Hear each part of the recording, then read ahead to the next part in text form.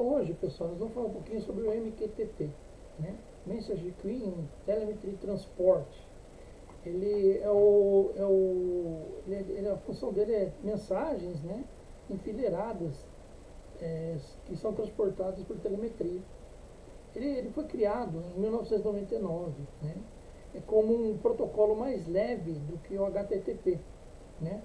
Porque a função dele como protocolo primário, né, nos gateways e aplicativos, ele tem uma função bilateral, né? Para uma transmissão e recepção mais rápida de dados, né? E por isso que ele virou uma ferramenta muito útil de IoT. A IoT ela começou com automação residencial e hoje a IoT também tem como automação industrial, né?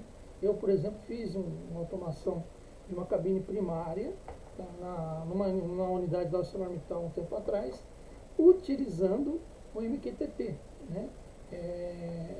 Na verdade, a subestação ela foi toda blindada e o acionamento, desligamento e monitoração dos seus componentes eram feitos através de um computador numa sala longe, né? Então, ou seja, uma situação que era muito complicada virou mais fácil, né? Então você vai lá, você tem um sensor, o sensor o sensor é o publicador, ele recebe um sinal e manda esse sinal, né, via Wi-Fi, via Bluetooth, né? Se for longe é Wi-Fi, manda para o computador com o software, com o MQTT, recebe aquele sinal do publicador e manda para o broker. O broker é um local dentro da nuvem reservado para o MQTT. E daí o broker manda para o subscritor. O subscritor faz a função, né? Faz a função.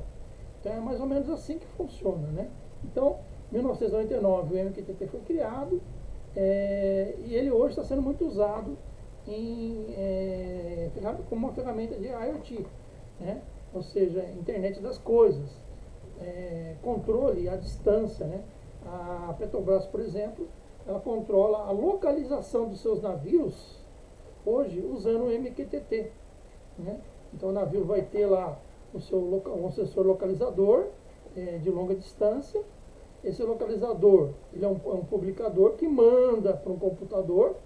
Esse computador manda para o broker, o broker manda para o satélite é o subscritor, né? E o subscritor devolve, daí ele vira publicador, né? Devolve para o computador com a localização do navio. Uma coisa assim que está sendo muito usado, é uma coisa de última geração, né? E o Brasil está começando a aprender a usar também, né? O MQTT.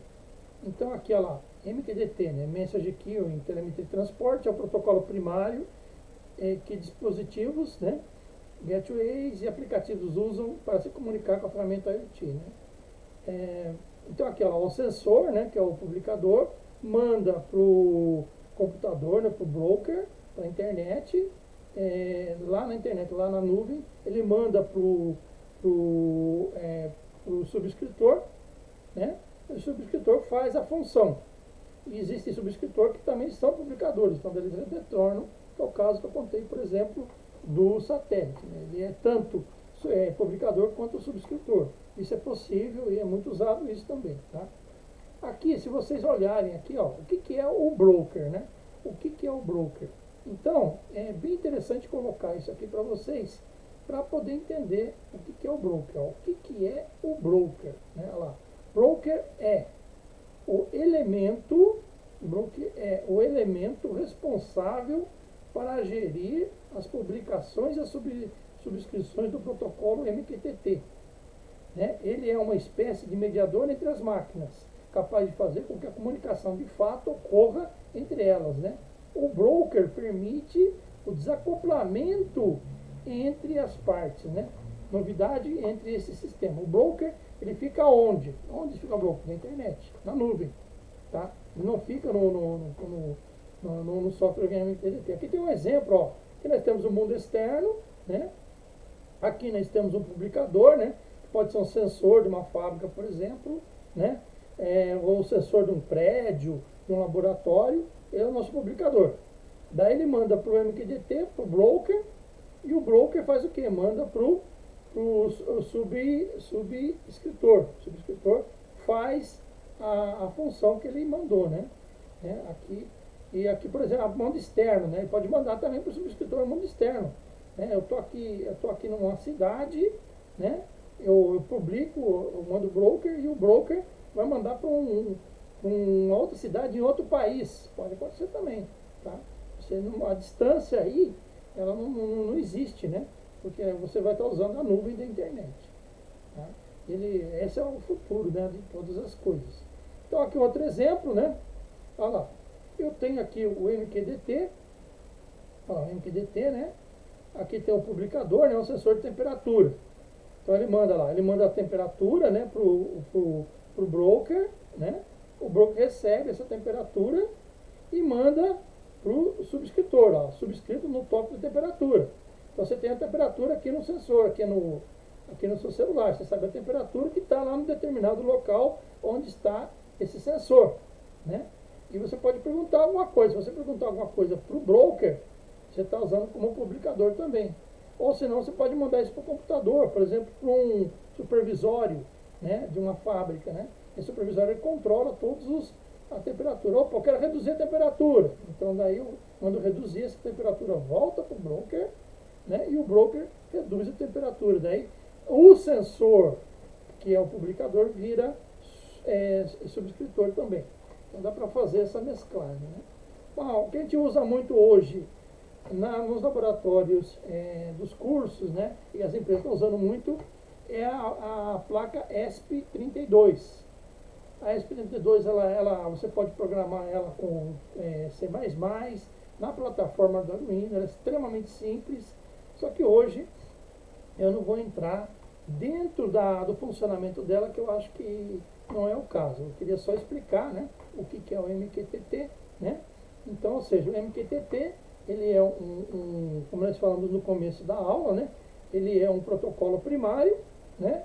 E qual que é a função dele? A função dele é você automatizar, né? Então, por isso que o sistema de IoT, né, Internet das Coisas, está usando.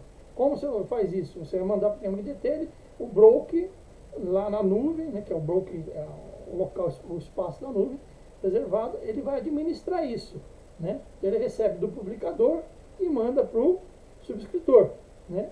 Então, um publicador pode ser tanto subscritor quanto publicador, e o subscritor pode também ser publicador.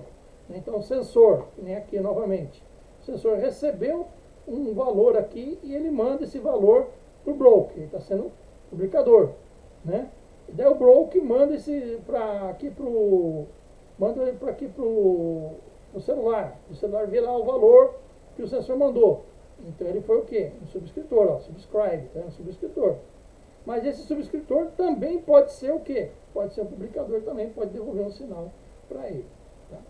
É uma coisa muito interessante e é o futuro.